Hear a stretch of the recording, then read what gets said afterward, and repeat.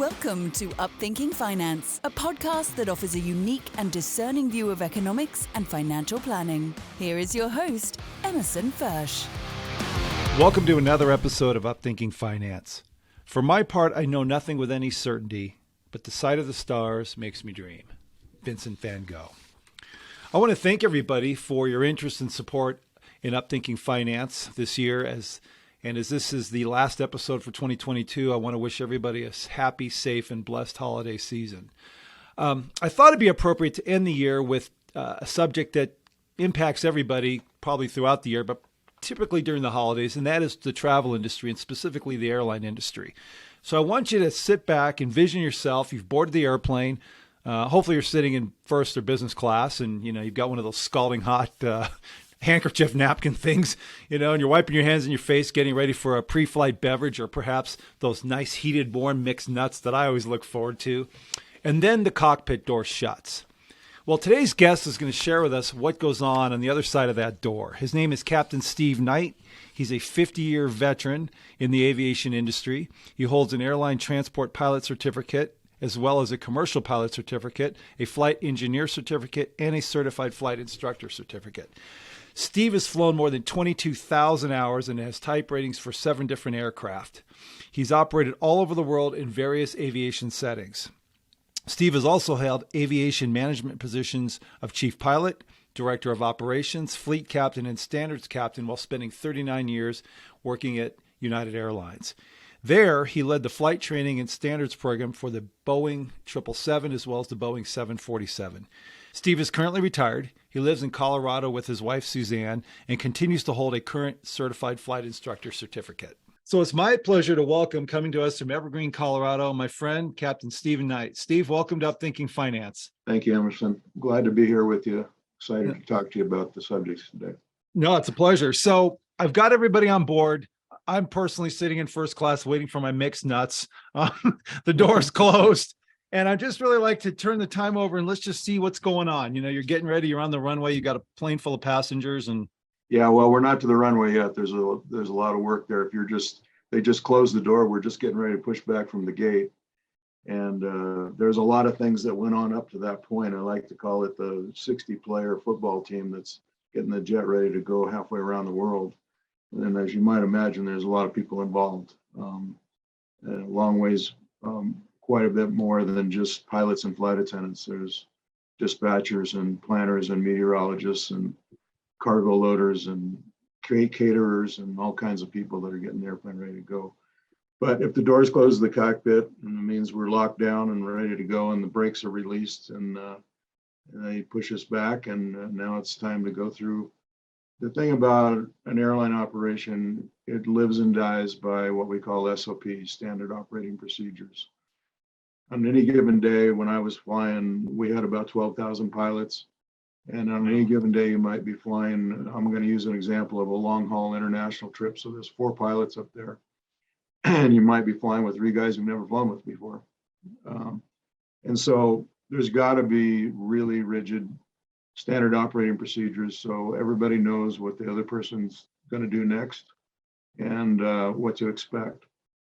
So everything from engine starts to taxiing to takeoff to climb out, all the way through all the steps of a flight, operating procedures, standard operating procedures are our guide, our Bible. So at that point, you're getting ready to go. And before this point, before we release brakes, I make an announcement to the passengers to talk to you, to bring you in the loop of what the plan is for the day, how long the flight's going to be, what the weather's going to be like, what time, excuse me very much, what time we're expecting to arrive in local time. And I'll use, again, finished up my career flying a lot of Los Angeles to Sydney. So I just use that as an example. It's a good long haul, 14 and a half hour trip. That takes a lot of planning and a lot of thinking about. And I try and be as transparent as I can with passengers about what the trip's going to be like. If we know we're going to end up in some large thunderstorms around the equator, which is not unusual on that trip, then I'll let you know ahead of time. It might get a little bumpy right through there. We've got typically 4 pilots on that kind of flight. somewhere around 14 to 15 flight attendants. Wow. And depending on the airplane, I've done it on multiple airplanes, 747s, 777s, 787s. But depending on the airplane, maybe 250 to 300 passengers. So I like to say it's kind of a small city going to 35,000 feet. Mm.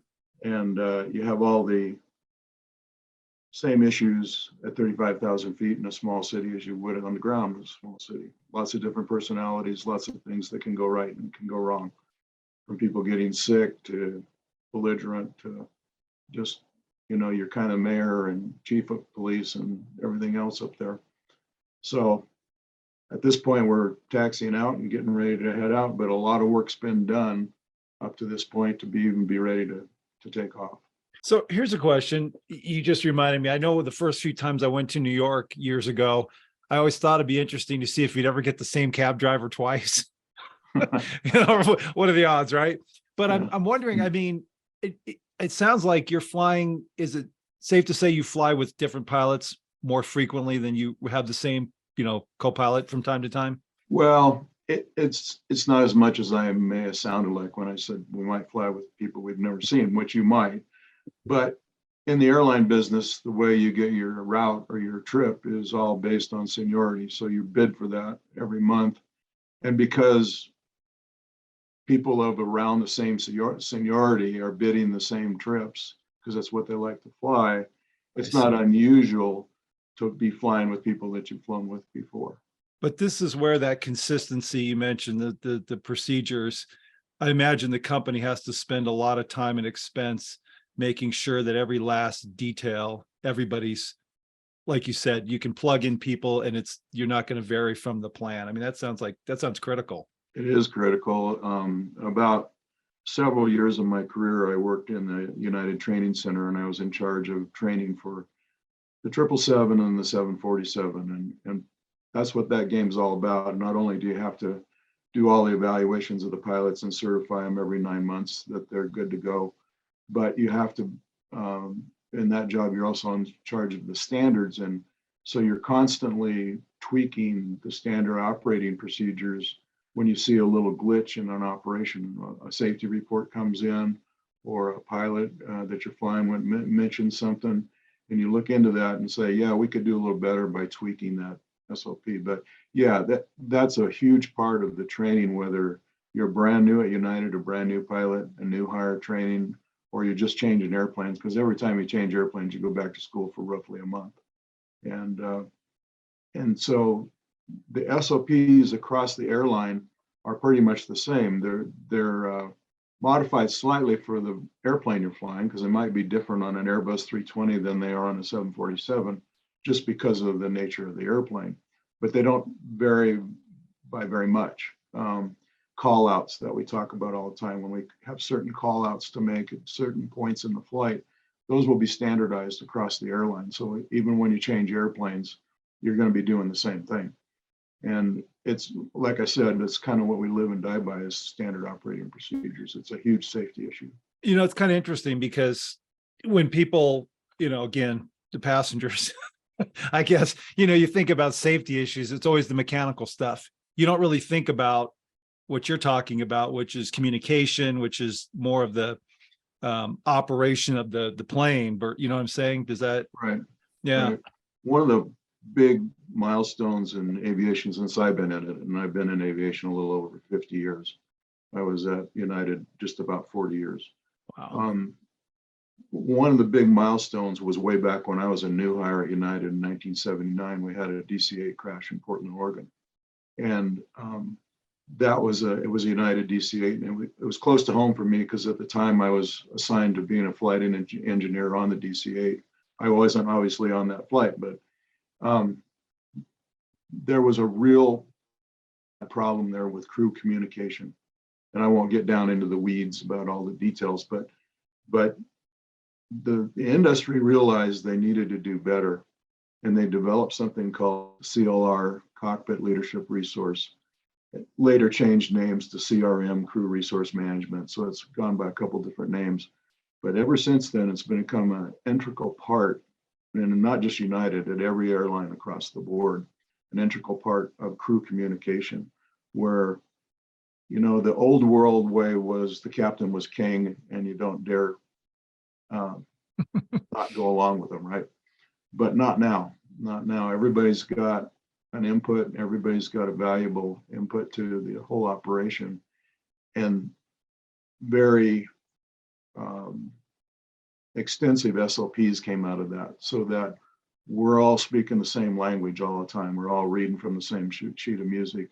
And if somebody doesn't follow that, it's glaringly obvious to the rest of the crew, and you call them on it. So it turned into a major safety issue, and it's integrated into every bit of training that goes on for any airline pilot in the United States right now.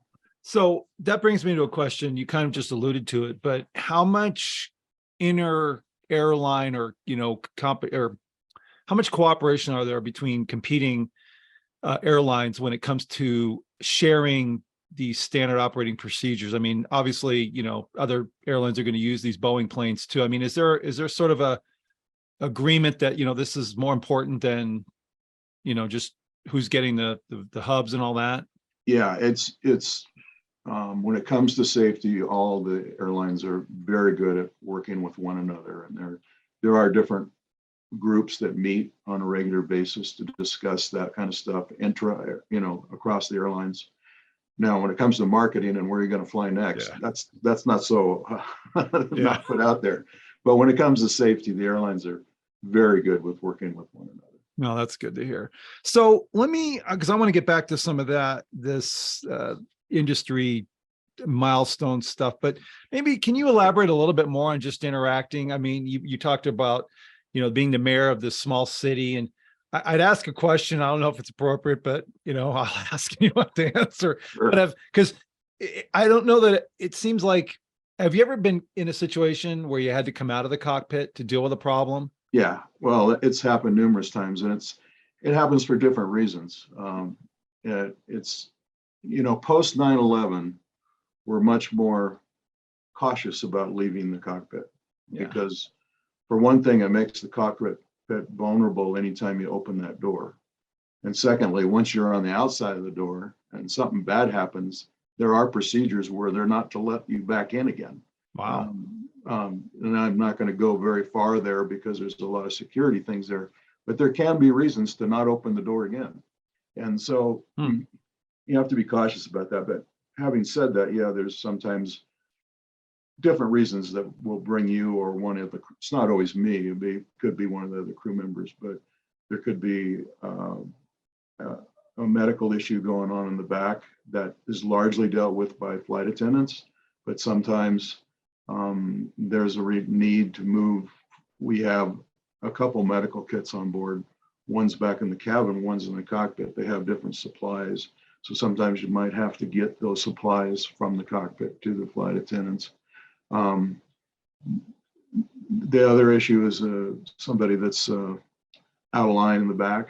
And these days, usually with 14 or 16 flight attendants, there's usually a couple of guys back there.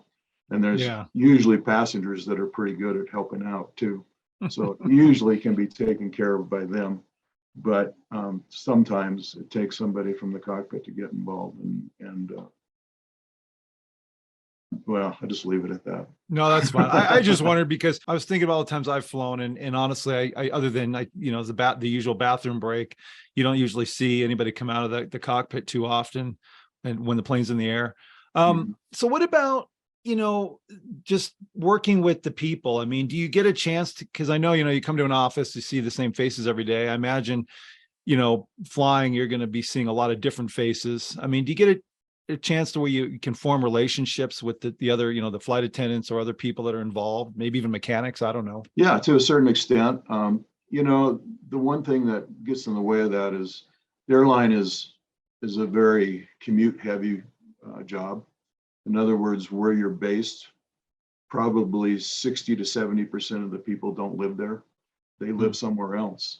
So as far as socializing outside of the workplace, doesn't happen as frequently as it used to. An example was my last base was Los Angeles, but I live in Colorado. Yeah. And so, and that's not unusual. Like I say, it's a very high percentage of people that commute. But to the extent that you have layovers, and sometimes you get together for dinner or something when you're on the layover, and you might get 2 or 3 trips in a row where you see the same pilot or the same flight attendant on the trip, and you kind of get to know them, and so there's a little more interaction that way. It really depends. Sometimes you can fly a dozen trips and see different people every trip, and then sometimes you might fly 3 or 4 in a row where you got some of the same people. Well, okay, so you've been in the industry for a long, long time. And I'm guessing is that fairly common with pilots, long tenure? Well, I was very fortunate, right place at the right time. I was hired very young. I was hired right after they hadn't hired any pilots for 7 years, in 1978. And I was hired right when deregulation started. So the airline business really grew by leaps and bounds. When I got hired at United, I think we had a seniority list of about 4,000 pilots. When I left United, we had a seniority list of 12,000 pilots. Wow. So I'm kind of an outlier in being there 39 years. Not everybody gets that many years in. For one thing, I came up civilian training. I wasn't in the military, so I got hired at a very young age. A lot of people that go to the military first spend some time in the military. So just logistically, then by the time they're ready to leave the military and go to the airlines, they're a little older. So they might be in the early 30s, where I was in my mid 20s. So yeah, I'm a little bit of an outlier, but there are people that do it. But I would say, I don't even know what the average number is, but I would say the average time if you make it 30 years, I was there 39, but if you make it 30 years, you're probably doing pretty well, given that a good 50% of the pilots are coming out of the military. And, that means they're starting a little later at the airline. You mentioned the Portland incident and also deregulation. And I was curious that perhaps if there's some other things, again, given the amount of time you've been in the industry, that come to mind as far as, major, stoplights or checkpoints in the industry that have shifted things noticeably that you wouldn't mind sharing. Yeah, well, one of them that was tied to deregulation was when it really kicked off the feeder commuter operations, because when the airlines were no longer subsidized by the government, it didn't make a lot of sense to fly a DC-8 to Elko, Nevada. It was, it didn't, and I don't think they ever flew a DC-8, but they did fly 737s to Elko, Nevada. And so they had to fill that gap some way. The small communities, what they call the thin routes, the routes that are not that many flights a day, that are not that many people. And there's a lot of them out there, whether it's Bakersfield to Denver or, places like that. So they had to kick off something, and that's when the feeder, the RJs, started with props actually, but then they went to the RJs, the regional jets. So the commuters filled that gap to bring in the passengers to the hub. And they worked off the hub and spoke system, where you had major hubs, and then all these smaller communities would be fed by the commuters to the hub. And then the major airline would pick up the loads from there, combining a lot of different smaller communities onto one airplane to go on to the next big hub. So that was huge, because that created a lot of smaller airlines, regional airlines. It created a lot more jobs.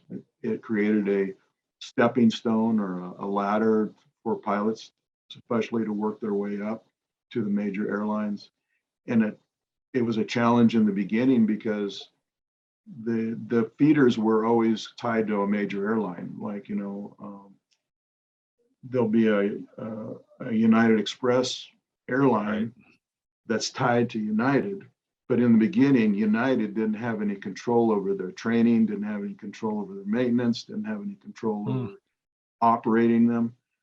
They just had a marketing agreement with them, basically. But as time went on, the major that was tied to the regionals had a lot more say-so, and in a lot of cases ended up owning the equipment that they're flying, or actually owning a piece of the company or all of the company. And so they got a lot more say-so, and that solved a lot of safety issues. I was just going to say, getting back to what you were talking about, that would almost have to happen because, I mean, just an inconsistency. I mean, again, it gets back to the safety being the priority. Interesting. Right. And to carry over things like we were talking about earlier, standard operating procedures and operating that way, and to make all of that stuff happen at an entity that you don't necessarily own, but you have a big vested interest in. Well, and as you said too, then you've got these pilots who are flying these, shorter routes that all of a sudden can step right in. Yep. And not be, I mean, there's an efficiency to all that too. Huh. Absolutely. See, all the things none of us would think about while we're waiting for our meal or the lavatory light to go green. Right. Sorry. So, I know there's also some technological changes that have happened. I imagine that's been probably a huge, curve in your tenure. It's been gigantic. It's amazing the things that have come along technology wise. I mean, I started in the days of analog instruments, not digital instruments, and what we refer to as a glass cockpit now, because it's just a bunch of computer screens in the cockpit that all this information's presented on and that you work with. And I started out with what we refer to as round dials, which were just analog gauges. And that was a big, huge leap because it was a whole different way of flying an airplane. You went from flying an airplane to managing an airplane. A lot of the autopilots, auto throttles, auto brakes, and stuff that all came around in the last 2 to 3 decades are a big safety improvement. But you have to get your head around how you run the airplane, because it's more managing the airplane than it is flying the airplane. Now, you still have to be capable of flying the airplane stick and rudder, what we call stick and rudder, where you don't have all that help. Obviously, you got to be able to fly it without that. But on a day-to-day 14-hour trip to Sydney, you're not going to sit there and hand fly the thing the whole way. So it's the technology, the things like TCAS, traffic collision avoidance systems. That's a special piece of equipment that came out a couple decades ago, where the computer will talk to us if there's a potential mid-air conflict between two airplanes.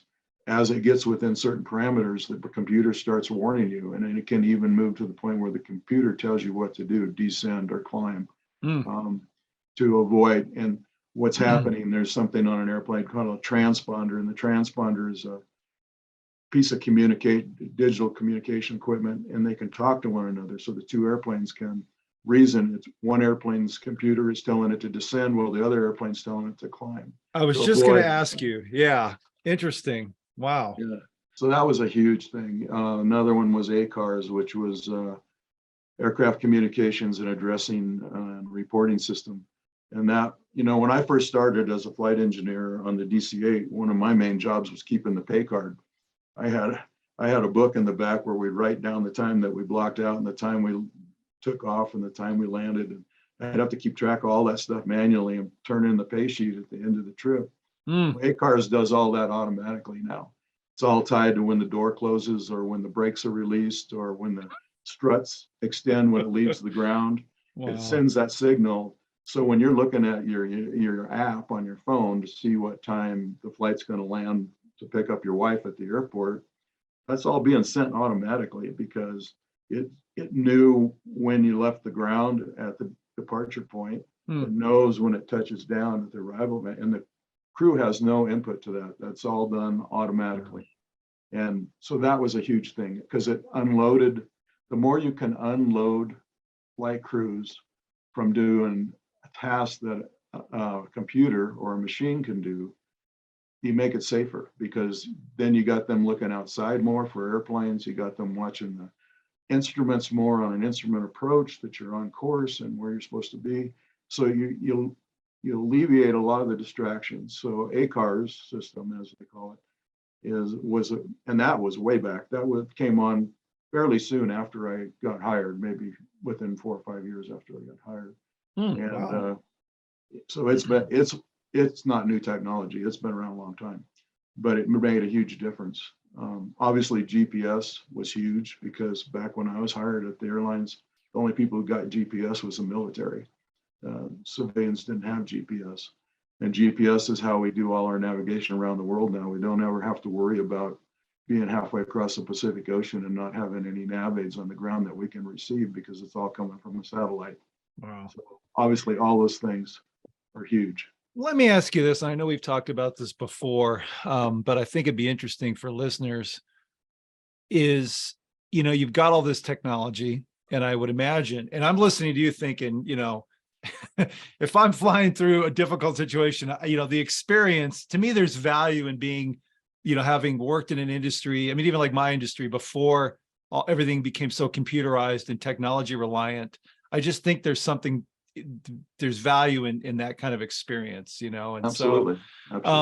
so if you can maybe describe, because I think it seems to me, and you've said this before, the challenges for some is not over relying on the technology. And even when, experience is telling you one thing and the computer is telling you something else, how do you reconcile that? Is that a fair question? Yeah, I mean, it is a fair question. I guess I'd start with, and I think I've said this to you before, but there's a lot of equipment and a lot of systems on the airplane.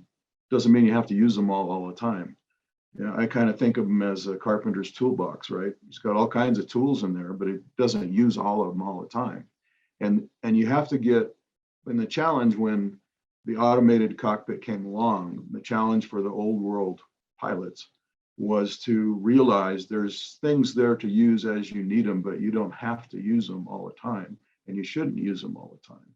And so you have to get good at self-evaluation or evaluation of the situation that you're in and say, I'm going to put the autopilot on because I got two other things to do here, and I'm going to get distracted from keeping the airplane straight and level. And then other times you can say, I got the airport in sight. We're ready. We've done the final checklist. We're ready to land. I don't need the autopilot anymore. I'm going to click it off and just fly the airplane. So yeah. And as far as discrepancies between things, if I understood your question right, you were asking about discrepancy between what the airplane's telling you and what your mind is telling you. I go to that story you shared with Ethan about London, because I thought that was just, I think it was London. You had an approach coming and you were seeing things the computer wasn't. Am I remembering that right? Well, there's a lot of wind shear detection equipment on board a modern airliner, computerized, where it talks to you and will actually call out wind shear or wind shear ahead.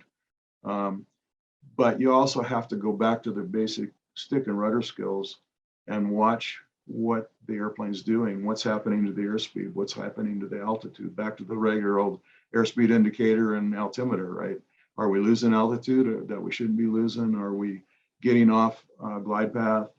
And there was a case where we were getting erroneous automated indications, and at my experience level and taking into account the other things you need to evaluate, my judgment was that was a bad warning. It was a false warning, and we just needed to continue on. So yeah, I mean, it does happen, right? Any automated computer, whatever, can make a mistake, a little bit of a glitch in the input into it, and then it comes out with the wrong result. And so, yeah, you have to use your experience level and your knowledge to validate what it's telling you. No, it's fascinating. Any other, because there's a couple of subjects I want to get to for sure. And I could, as I've said to you before, talk to you all day about this stuff, because to me, it's fascinating. Any other major incidents that have occurred in the industry as a whole that you really feel are worth sharing with listeners that really changed some things? Obviously 9/11, you broached that a little bit. Any others? I was just going to say 9/11 because a lot of things really did change there. There's been milestone accidents. The Sioux City DC-10 crash of United's airplane back in, I believe it was 89. That was a failure on an airplane that they said never could happen, where lost all of its hydraulic systems. DC-10 had 3 hydraulic systems plus a backup one. And because of the center engine on the DC-10 had it came apart basically, and shrapnel got thrown through an area in the tail where all three hydraulic systems ran. In other words, there was a weak link there. There was a spot where, and nobody would have ever seen it coming, that a fan blade comes apart, shrapnel goes through the aluminum and it's encased in, and takes out three hydraulic lines that all had an intersecting point. And so a lot of things came out of that. One was how manufacturers rethought how they built airplanes, that we can't be running all three hydraulic systems or all three, all electrical systems. We can't build a weak point where one catastrophic failure can take everything out. And the other thing we learned is, which really applied to the training world that I was in for a large part of my career, is that we need to teach pilots how to handle something like that, because manufacturers didn't have it in their training program because they never foresaw that it could ever happen. Yeah. Well, the crew on that flight, even though a lot of lives were lost, a lot of lives were saved, that they actually got it onto the airport property in Sioux City. It was a crash landing because they didn't have any controls other than power. They had two engines left that they could change the power on to cause it to descend or climb, pitch up and pitch down, or go right or left, but they didn't have any ailerons, rudder, elevator, any of that. And so they were an excellent crew, and they worked it out, and they got it on the ground, again with a lot of loss of life, but a lot of lives were saved.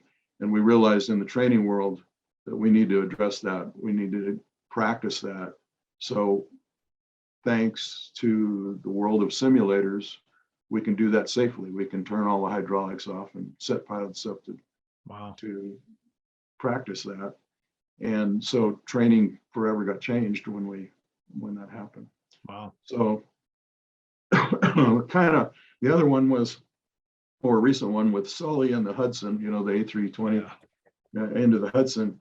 And again, another spectacular job of airmanship, getting that airplane turned. I mean, just taking off from LaGuardia, not that high in the air yet, and losing both engines due to birds. And basically it's just a left turn 180 and back down to the Hudson. And they did a fantastic job of getting it there, a fantastic job of landing it, following their emergency procedures. But that wasn't the big deal. The big deal there was how the accident was investigated. And probably the best way I can say it is, for many, many decades, there was always a prejudice to start the investigation thinking it was pilot error. I mean, there just was. And through the NTSB, through the different government agencies, there was this prejudice to start. And it was pushed a lot by manufacturers and of course, airlines, because they're protecting their six, right? So that was proven very well by Sully in the investigation. And I don't know if you've seen the movie, but if you've seen the movie, it's pretty realistic about how it all came down. Pushed back and proved that the facts that they were using to blame it on pilot error were not accurate. And so it changed, again, kind of forever how these investigations are done. So it made a big difference to the industry, especially to pilots of the industry that always ended up being the scapegoat. So those were some of the bigger things that happened through the years. No, it's interesting. So let me shift gears. And I'm reminded again, this is from the passenger side, but airports. Now, I know if I asked my wife, Darcy, the worst airport she's ever been to, I think Newark would come out of her mouth before I could even answer the question. I know for me, I remember flying in somewhere for a layover in Chicago and having to literally hike from one end of the airport to the other. I thought it would never end. I figured I was walking home. And, then there was landing in San Francisco. And I don't know why, but I remember that approach. And if I'm remembering, if this is the right airport, it's literally you're coming in off of a bay, and the airport literally runs off to the water, if I'm remembering right. Yeah. And I'm thinking, man, in that foggy area, that could be pretty dangerous. So I don't know. Would you mind sharing again, if it's okay? I don't know. I'm broaching into security issues, but I'd be curious to, good airports, challenging ones from your perspective, as opposed to the rest of us who are hiking across miles of, Yeah, airports are very different. And San Francisco is a good example because San Francisco was built back in the 1930s, before World War II. And it was really built for airplanes like a DC-3, right? It wasn't built for 747s. And the big problem, and there's a ton of airports that have the same problem, it's landlocked. I mean, it's got nowhere to go to build out more space. And less space makes an airport less safe. right. I could give you an example of right here where I live, Denver International. It's the largest airport by size, by square miles, largest airport in North America. It has about 52 square miles of space. It has 6 runways, one of them 16,000 feet long. Compare that to something like LaGuardia that has 1 square mile, 2 runways, and about 600 acres. So, and LaGuardia is kind of like San Francisco. It was built way back when. It's landlocked. There's nowhere to expand. I mean, they both are near water, and you could argue, well, you could build, and they do it in foreign countries. They build new runways out in the water. They build an island and build a runway out there. But in this country, with the environmental impact that we have and pressure, it's almost impossible to do. So, yeah, airports can be good and bad, and a lot of it's tied to the space that they have to work with. Because somewhere like LaGuardia, the most challenging part of the whole flight is moving the airplane around on the ground. You've got this giant airplane, and you've got really tight quarters, and there's lots of other airplanes there, and everything has to really be orchestrated. And it's not that hard for an airplane to ding a wing or something, wingtip as it goes by, because everything's so tight. Wow. So the other thing is airports safety and usability can be governed by their approaches. And San Francisco, as you brought up, has another issue, and that's because the runways were built back a long time ago. They never envisioned instrument approaches that could land down to 300 feet forward visibility, which we can do these days. But to do that, the runway's got to be spread farther apart. The runway center lines on the main runways, the 2-8 runways in San Francisco, are only 750 feet apart. Well, when you have airplanes that have wingspans of 215 feet, that's getting pretty cozy. So, and you're doing it blind if you're on instruments. So you're not even seeing that other airplane. You're seeing it on what we call the fish finder, which is the TCAS, but you're not seeing them visually. So that's a challenge, and you can't do that. So when the weather gets low in San Francisco, they have to just use one runway landing. Well, that slows everything down. Everybody's got to get in line to wait their turn to use the one runway. And that's why you get a lot of delays in San Francisco when the weather comes in. There's other places like San Diego, which is challenging if you're landing to the west towards the ocean, because if you've ever been in there, you've seen how you come right near the tops of high-rise buildings that are right off the approach into the runway. Again, nowhere to go, nowhere to expand without going out in the water on the other end. And so obstacles, challenging terrain. Mexico City is another one that comes to mind that's very challenging. High altitude airports over 7,000 feet. It's in a bowl, but with mountains all around it. Visibility is usually bad because smog is real bad there. And but you got to fly this very challenging arrival and approach to get in past the mountains and into the bowl to get down to the airport. And maybe when you're with half mile from the runway, you might see it through the spot. So there's lots of different things that make airports good and bad, but those are some of them. So if you had to just pick one of your favorite airports to where when you're heading there, 99.99% of the time it's just going to be a nice, I won't say easy, but certainly, you just felt good that this is a place that's just easy to, to fly into, where would it be? Well, I would say Denver would have to be right up the top of the list with this new airport. The airport we have now is only about 27 years old. I think it was finished in 1995. And so very modern, state-of-the-art snow removal, long runways, lots of space. Another one is Narita Airport in Japan. It's way out away. It's not even close to Tokyo City. It's probably 30 miles out, and so they've had plenty of space there, and the approaches don't have any obstacles. The runways are long. It's another very nice runway or airport to use. No, that's awesome. And again, these are things that the rest of us, just don't think about, or you get people are waiting for their Wi-Fi to reset so they can text whoever's waiting for them. We landed. Last thing I wanted to ask, and I thought this would be kind of the coolest thing to say for the end, is just the view. I mean, it's one thing to be looking out the window. And I know in the old days, I don't know if I don't think pilots do this as much anymore. They point out, oh, the Grand Canyon's over here, and if there was some scenery, occasionally somebody, the pilot would let you know. But I'd be curious if you wouldn't mind sharing just some of the cool, visual things you've experienced up in the air particularly since you've gone all over the world for so long. There are a lot of things that come to mind. I mean, I flew a lot of Europe to the west coast of the U.S. In that route, you're way up north, sometimes as far up as the North Pole, practically. But you're definitely in high latitudes, and it's not uncommon there to have a view of northern lights going across northern Canada at night. Wow. Northern lights, if you've seen them, you know how spectacular they are, and they're even more spectacular when you're right up there amongst them, where it's going on. And that's just something that you never really get over. It's so beautiful.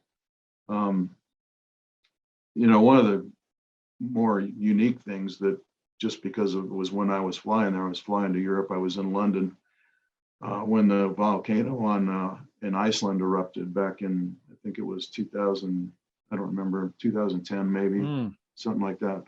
And we actually had to redo our entire flight plan because of the ash. Normally where that volcano was, the ash was going to be right in our flight path. So we actually had to take off from London and go northeast all the way up to Norway, get up to the top of Norway and come around over the North Pole, and then we're heading to LA, back down to LA. And it added about 2.5 hours of flight time on the trip to get back. But of course, on our way up there, we could see off in the distance the volcano erupting, which is, something to see too. Wow. It was a pretty interesting circumnavigation of the ash.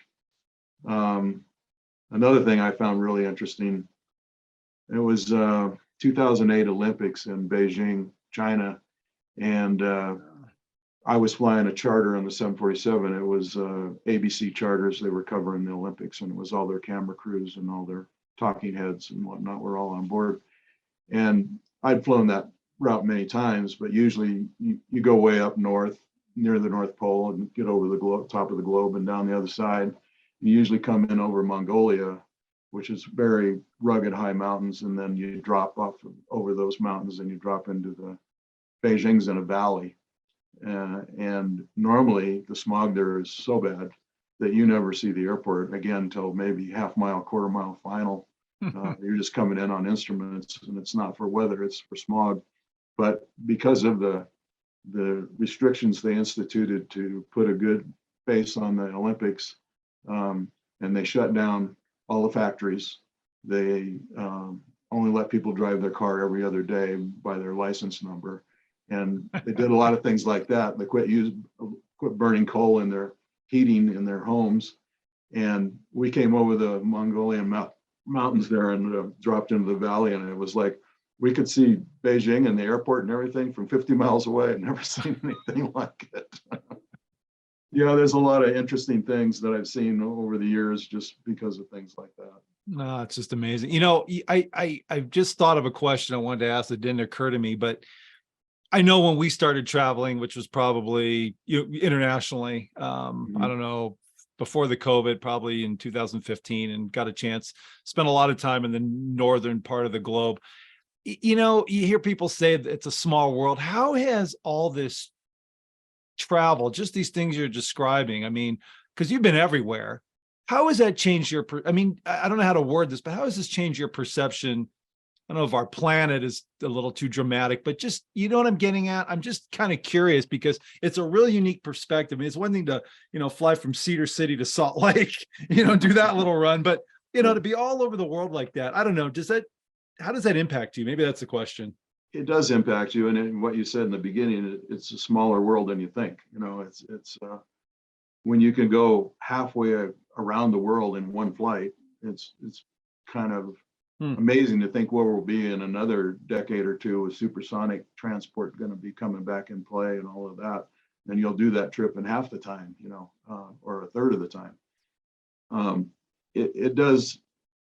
One thing it always did to me, and without sounding too kind of corny, but it just convinced me that I still do live in the best place in the world to live.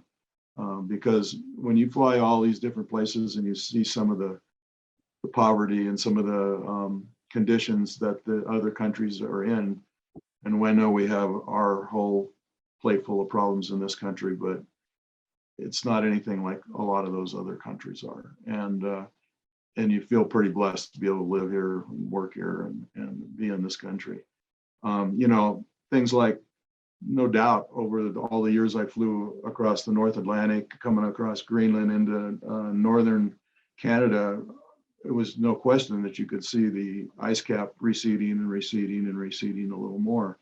And not to get into the weeds in politics or anything else, I'm not saying I necessarily agree with all the reasons that are being blamed for it, but I'm saying it's happening. But it made me really curious, and I went back and did a lot of research into, you know, through carbon dating and everything else, they can figure out, even before men were around taking measurements and keeping records or any of that, they can tell if a particular area was water or whether it was ice and that sort of thing.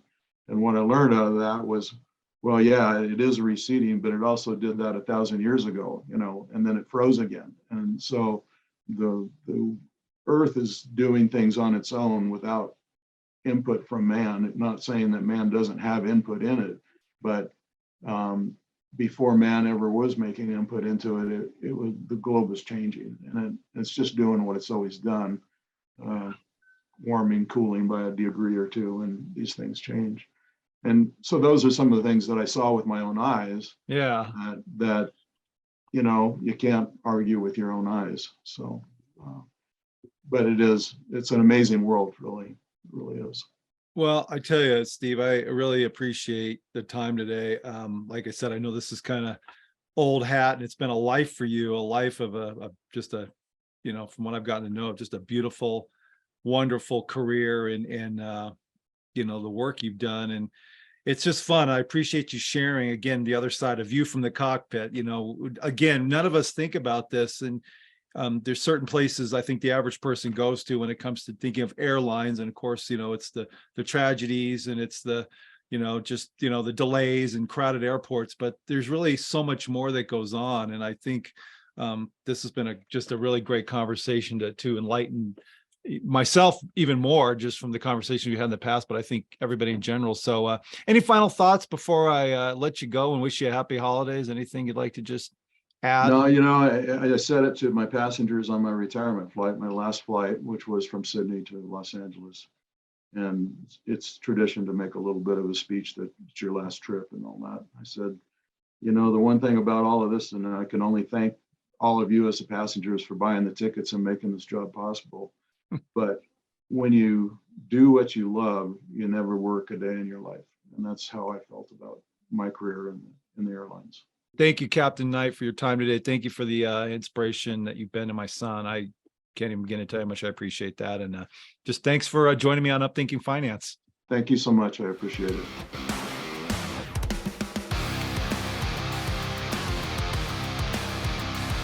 Emerson Fersch is a registered representative with and securities offered through LPL Financial, member FINRA SIPC. Advisor services offered through LPL Financial, a registered investment advisor and separate entity from Capital Investment Advisors. The opinions voiced in this podcast are for general information only and are not intended to provide specific advice or recommendations for any individual. To determine which strategies or investments may be suitable for you, consult the appropriate qualified professional prior to making a decision. The guest speakers and the companies they represent are not affiliated with or endorsed by LPL Financial or Capital Investment Advisors. Individual tax and legal matters should be discussed with your tax or legal expert. Economic forecasts set forth may not develop as predicted, and there can be no guarantee that strategies promoted will be successful. All performance referenced is historical and is no guarantee of future results. All indices are unmanaged and may not be invested into directly. There is no assurance that the techniques and strategies discussed are suitable for all investors or will yield positive outcomes. The purchase of certain securities may be required to affect some of the strategies. Investing involves risks, including possible loss of principal.